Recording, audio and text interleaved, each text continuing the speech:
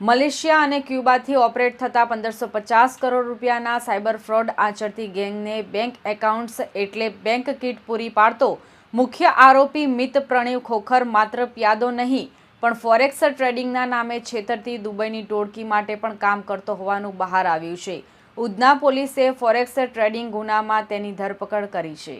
મિત ખોખર નકલી forex trading sites પર સામાન્ય લોકોને ફસાવીને તેમની પાસેથી મોટી રકમનું રોકાણ કરાવતો હતો. પ્રાથમિક તપાસમાં બહાર આવ્યું છે કે વ્યક્તિ દીઠ ઓછામાં ઓછા 20 લાખથી 50 લાખ રૂપિયાનું રોકાણ કરાવીને કરોડોનું કૌભાંડ આચરવામાં આવ્યું હતું.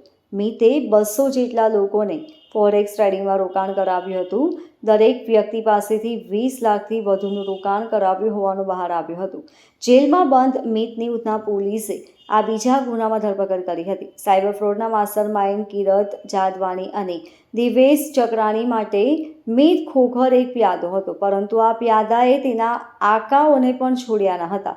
મિતે ફોરેક્સ કંપનીમાં ઊંચા નફાનું કહીને કિરણ અને દિવેશ નાગરાણી પાસે $2 લાખ રોકાણ કરાવ્યું હતું. જો કે આ રોકાણમાં તેમને ભારે નુકસાન થયું હતું અને મિતે તેમને આશરે $1.70 કરોડ રોકાણ ઝીરો કરીને નવડાવ્યું હતું.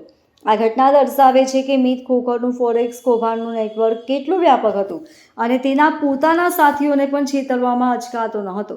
ઉધના પોલીસે મિત ખોખરની આ નવા ફોરેક્સ કૌભાંડમાં ગુનામાં ધરપકડ કરી હતી. ઉધના પોલીસે સુરતમાંથી સાયબર ફ્રોડ ગેંગમાં એકાઉન્ટ પૂરી પાડતી ટોળકીનો પર્દાફાશ કર્યો હતો, જેની પહેલી કડી તરીકે મિત ખોખરની અટકાયત કરવામાં આવી હતી. તેના નેટવર્કના મુખ્ય સૂત્રધાર કિરત વિનોદ જાદવાણી અને દિવેશ જીતેન્દ્ર ચક્રાણી ભાગીદારીમાં 1550 કરોડના રેકેટનો પર્દાફાશ કર્યો હતો. કિરત જાદવાણી માટે એકાઉન્ટ ભાડે આપવાના કૌભાંડની તપાસ દરમિયાન ઉધના પોલીસ ઇન્સ્પેક્ટર NS દેસાઈને મિત ખોખરના લેપટોપની તપાસ કરવા એક નવું ફોરેક્સ કૌભાંડ ખુલ્યું હતું. મિત ખોખર સાયબર ટોળકી સિવાય દુબઈમાં બેસીને બ્લુ બેલ તથા સિક્યોર FX નામની નકલી ફોરેક્સ સાઇટ ઓપરેટ કરનારા લોકો માટે કામ કરતો હતો.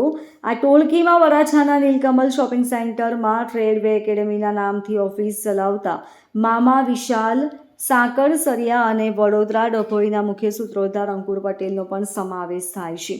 મિત ખોખર આ લોકો માટે લોકોને ફસાવતો અને ફોરેક્સ ટ્રેડિંગમાં રોકાણ કરાવતો હતો. Bureau report LK star news, Surat.